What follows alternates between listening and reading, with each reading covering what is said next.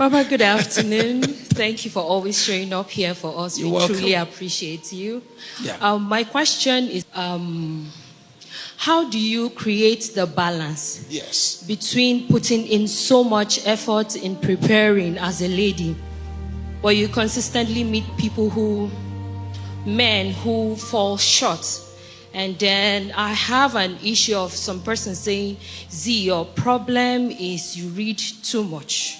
You do what? You read too much. You read too much. Yes. And then you hold up a common conversation with a man, and you just find out like he's just floating and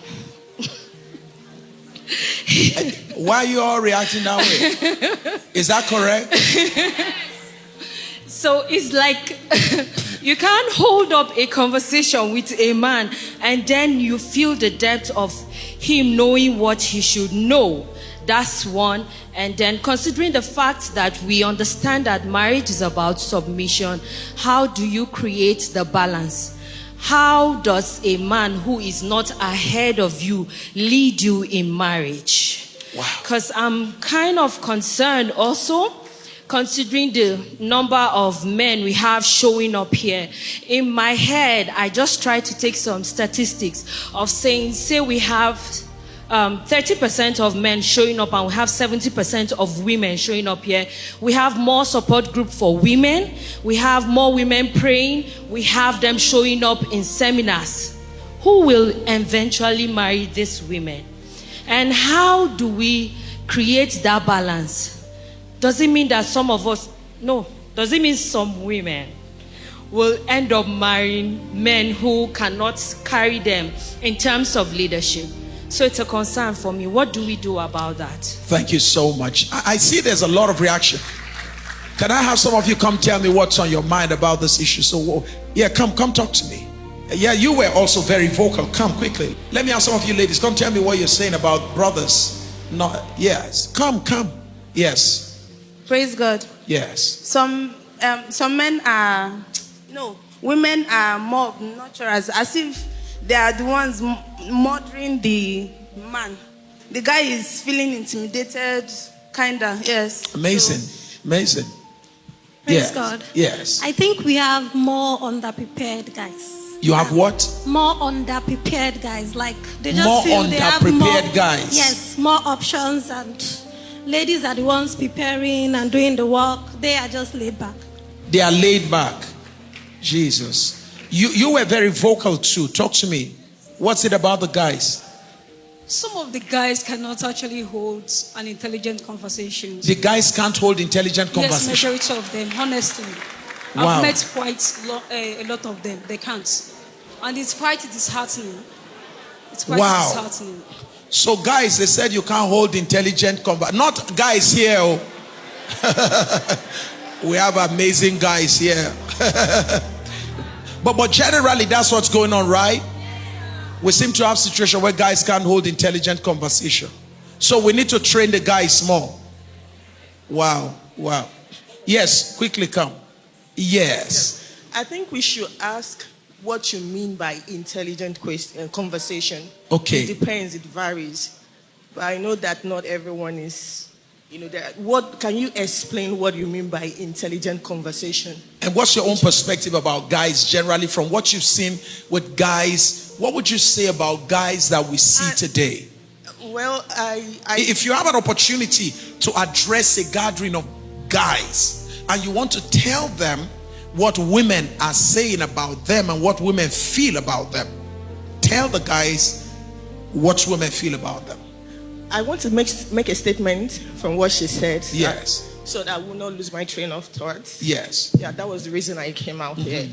So she said that some men are underprepared. Yes. That men, I think you should say some men, because I believe that there are some men that are prepared. Yes. Some men are underprepared. It's true. Yes. But the reason I came out here is the woman that made a statement about intelligence. Intelligent conversation. It is true. It's true that some people might not sound as intelligent as you are. It's also vice versa, even the women. But no one has equal intelligence. So the reason, and also I also feel that if you're good at this, there is still some area the man should be good at. There should be a balance. Thank you so much. That's what I feel. Compliments, right? Yes, compliments. Thank you so much. Wow. Thank you so much. All right. Let's come down to the issue of, please, I want everybody to give me your attention now about the issue of men underprepared, not holding intelligent conversation. First of all, I think ladies, you should be trained to understand that you are creatures of conversation. Ladies, you are naturally wired to talk. Is that okay? Men are not wired to talk as much as you do, except for men who were overmothered and underfathered, or men who grew up so much in the midst of women.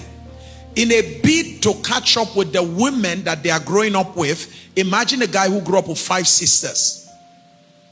And this one is talking, that one is talking, the other one is talking. He is going to look like the only person who is also, he wants to play catch up. So the point you're making is that, except if a guy grew up with women, the natural tendency is that a guy is not wired for too much words. Brevity is the rule of the game. For you who like to talk, you're a creature of conversation, and then maybe your personality type, maybe by personality you are, let's say, a sanguine. You understand? Happy, talking, jolly, happy person. And you're married to a man who naturally is phlegmatic, more of a thinker, less of a talker. Or you're married to someone who is a feeler, whose feelings control his mood. All right? So he doesn't talk if he doesn't feel. He only talks the way he feels. The danger is for you to begin to think that this person is not intelligent based on the fact that he doesn't hold conversation at the same frequency with you. First thing first, recognize that men are not the same with women. Number 2, we don't hold conversation alike. All right? We are more fact driven. Women are more detailed minded. So whilst a man may speak briefly, the woman wants to go detailed. But coming down to intellectualism, meaning he's able to speak at the level, you are a lawyer. Is that okay? And they say you people are learned fellows. That's what they said about you people. So they say you are learned fellows. And the problem with you as a lawyer, if you're not careful, which is what I help people to deal with, is that if you're not careful, your profession can affect your marriage. Check those who are married to accountants. You find out that the complaint that their partners always give is that their partners are always detail-minded on money matter. Always asking me to give him details, how I spent the money. And the whole idea is that his profession has come into the relationship. Can you keep your professions out of your marriage? So for you who is a lawyer, because you read so vastly, a lawyer reads almost everything. You read about economy, so your conversation capacity is enormous. You can go from talking politics to talking economy to talking agronomy to talking aerospace. You can switch into oil and gas. But for a man who just studied botany, all his 4 years is about plants. And now you move into agronomy. From agronomy, you now move him into maritime. And the guy, what do you want him to say? He doesn't even know there's something called maritime. Then you now move into aerospace. Then you now start talking about real estate development. Sorry, ma. That kind of conversation, have it with another lawyer. This one is your husband in the making. If you want to have conversation in the area of his interest. So we say have interest-based conversation. Is that okay? Because in the area of his interest, he has significant knowledge. Outside this area of interest, he's just going to be looking at you. Then you will think that he's not brilliant, and this is coming from a comparative point of view compared to you. The reality is that he's not you, he's not a lawyer. But we also understand that there are some guys who were not properly educated, maybe not even educated, but you fell in love with them. Here's my counsel. Since you know he's not educated, you know he didn't go to university, but you love him, Why place a demand, a university demand on a school cert holder? You know who you married. You know that he only went to HND. He went OND. He finished from Federal Polytechnic, Ire. Federal Poly, Umunede. You know that. And then you are having all this conversation that requires somebody who has gotten a master's, a PhD. That's just not being fair. So know who you marry. Customize your conversation to the person's area of core competence. Somebody who studied administration will talk well about administration. Don't take him into the area of civil engineering, soil load capacity. He will be looking at you. Bridge strength, tensile strength. For what happened? I don't understand that. I'm a geologist. Imagine me and Pastor Mary in the house, and as I say, paleontologically speaking, my wife would just be looking at me. And I start talking to my wife about carbon dating. We start talking about historical issue with fossils. I start talking to her about theory of Big Bang theories and evolutionary matter, planetary matter, star matters.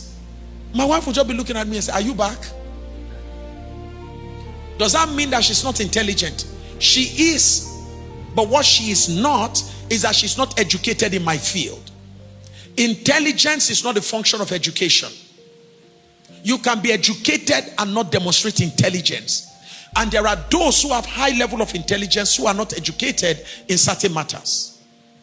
So let our conversation be customized to the knowledge of who our partners are. Is that okay? If you marry somebody who is a singer, this person, the only thing the person knows is studio, arranging songs, and the person is gradually climbing. But you spent all your years, you have masters. Now you are married to somebody who is not educated but talented, which is what is happening today. What will you do? There's a young man in Nigeria, and I think it's a young boy, very small boy like that. So, and it's an amazing young man. He's very talented, but he's not university graduate. But he has broken into money. And there's a girl, I think they are trying to, I don't know if they are finally done. So, but I know that from the last time I knew about them, they were trying to get together to marry each other. I think recently I saw they went even to a particular place for honeymoon. Sorry, I don't know if it's just water, but they went somewhere together. What do you do? That guy has the money, very talented. It's not by accident that he's as popular as he is. There's something he's doing right. Okay? If you are going to be his wife, you are not going to sit him down and you want to start engaging him in conversation that has to do with educational matters. You are not going to be discussing at that level with him. He's intelligent. So customize the conversation to his area of intelligence. Do you understand? Is that okay? Take interest in his own interest. Gradually we take interest in your own interest. And then the way people who are professional always educate those who are less professional. You start introducing him little by little to your field. Introducing him to terminologies involved in your field.